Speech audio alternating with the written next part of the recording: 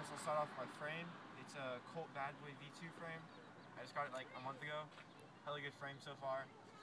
And up here we have ODI grips with Shadow bar ends, S&M Perfect 10 bars, Colt line control stem, Shadow Corvus headset with Odyssey, what are these? Odyssey Classic Dirt forks, Cinema Peg, Odyssey Vandero 2 hub, and quadrant rim with a Fit FAF tire.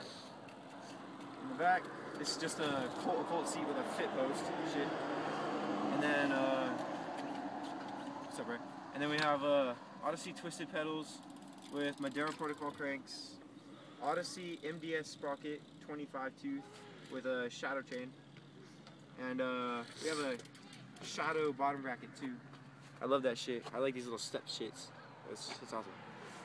In the back, we have a Colt match cassette hub with another Cinema peg laced to a quadrant rim and a Fit FAF tire.